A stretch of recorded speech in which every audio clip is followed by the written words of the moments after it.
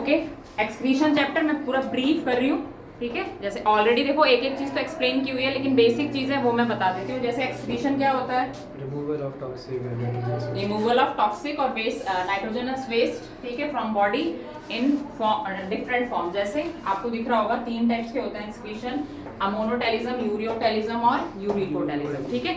अब ध्यान रखना इस चैप्टर में जो एक्सक्रीशन हो रहा है, यूजुअली जैसे आपको पता होगा कॉन्स्टिपेशन वाला जो सीन रहता है उसमें क्या होता है, सॉलिड वेस्ट होता है। अनफॉर्चुनेटली डाइजेशन डिलीट हो गया, लेकिन उसमें था कि लार्ज इंटेस्टाइन फिर रेक्टम एनस के थ्रू सॉलिड वेस्ट हमारी बॉडी से रिमूव हो जाता है। यहाँ पे हम सिर्फ बात करेंगे लिक्विड वेस्ट की। जो लिक्विड है वो कैसे हमारी बॉडी से लिक्विड टॉक्सिक सब्सटेंस, या जिसको हम नाइट्रोजनस वेस्ट भी कहते हैं। नाइट्रोजनस वेस्ट क्यों कहते हैं? जैसे तुम्हें पता होगा अमोनिया के फॉर्मूले में भी आपके नाइट्रोजन आता है, यूरिया में भी नाइट्रोजन है, यूरिक एसिड में भी नाइट्रोजन है, ठीक है, इसलिए हम इसको नाइट्रोजनस वेस्ट कहते हैं। अब हमारी बॉडी से या पूरे इस अर्थ पे जितने भी लिविंग ऑर्गेनिज्म है 3 तरह से रिमूवल होता है। कैसे? या तो अमोनिया की फॉर्म में होगा, या तो यूरिया के फॉर्म में होगा, या तो यूरिक एसिड के फॉर्म में होगा। अमोनिया के फॉर्म में किस में होता है? ज्यादातर जो फ्रेश वाटर जो ऑर्गेनिज्म होता है, ठीक है, जो वाटर में रहता है, फ्रेश वाटर, पॉन्ड्स हो गया, रिवर्स हो गया, उसके अंदर। अगर यूरिया की बात करें तो हम हैं, यानी कि मैमल्स, इसके अलावा जो मैराइन फिशेज होते हैं जो समुद्र में रहती हैं, उनके अंदर यूरिया के फॉर्म में।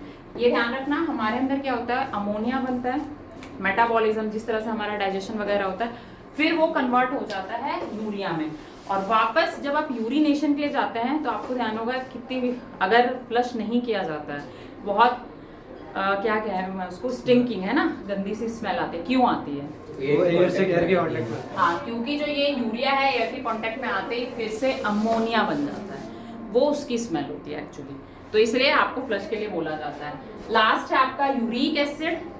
ये आपने देखा होगा बर्ड्स में, इंसेक्ट्स में, रेप्टाइल्स वगैरह में, छिपकली या बर्ड्स की बीट आप सबने देखी होगी, ठीक है। अभी न्यूज़पेपर में रिसेंट आया था कि कबूतर की बीट की वजह से बीमारियां हो रही है, रेस्पिरेटरी डिसऑर्डर और ऐसे। इससे क्यों, इसके वजह से क्यों? लाभ तो करना क्या? बिल्कुल सही कह रहे हो, लेकिन मेरी बात सुनो। यूरिक एसिड क्या होता है? सेमी सॉलिड फॉर्म में होता है, ठीक है, देखा होगा तुम लोगों ने। सेमी सॉलिड, ना सॉलिड होता है ना पूरी तरह से लिक्विड होता है। अब जैसे वो बीट पड़ी हुई है मान लो, लिक्विड भी होता है, ठीक है, हाँ, सेमी सॉलिड बोल रहे हो ना, वही मैं, आधा लिक्विड आधा वो, ठीक है। अब होता क्या, जब वो ड्राई हो जाता है ना, ड्राई होने के बाद क्या होता है, चिपक जाता है, हार्ड हो जाता है, और फिर वो उड़ेगा ना, ऑब्वियस सी बात है। कभी ध्यान नहीं दिया? उड़ेगा नहीं, मैं चिपक जाते हैं चिपक के, और फिर उसके जो छोटे छोटे कण होते हैं, पार्टिकल्स हवा में उड़ना शुरू हो जाता है, जो तुम जैसे ये कह रहे हो ना, हाँ, कभी देखा नहीं है तुमने? साफ करना पड़ेगा। एग्जैक्टली, साफ, इसलिए जैसे लोग आजकल नेट वगैरह लगा रहे हैं,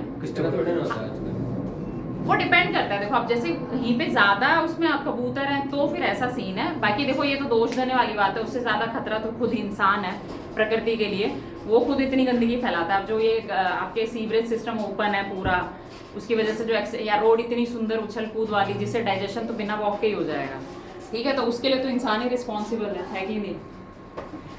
इतना समझ आ गया? ऑफ रोडिंग के लिए बनी है, बढ़िया है। किसके लिए? Off roading. सॉरी मुझे नहीं पता।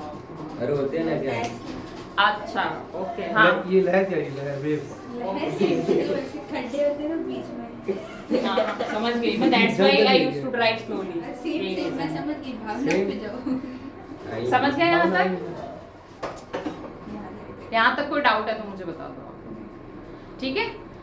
नेक्स्ट है आपका हमारा किडनी। कितनी किडनी होती है हमारी? 2 10 to 12 सेंटीमीटर की होती है। अब ये बताओ कि क्या इंसान एक किडनी पे रह सकता है?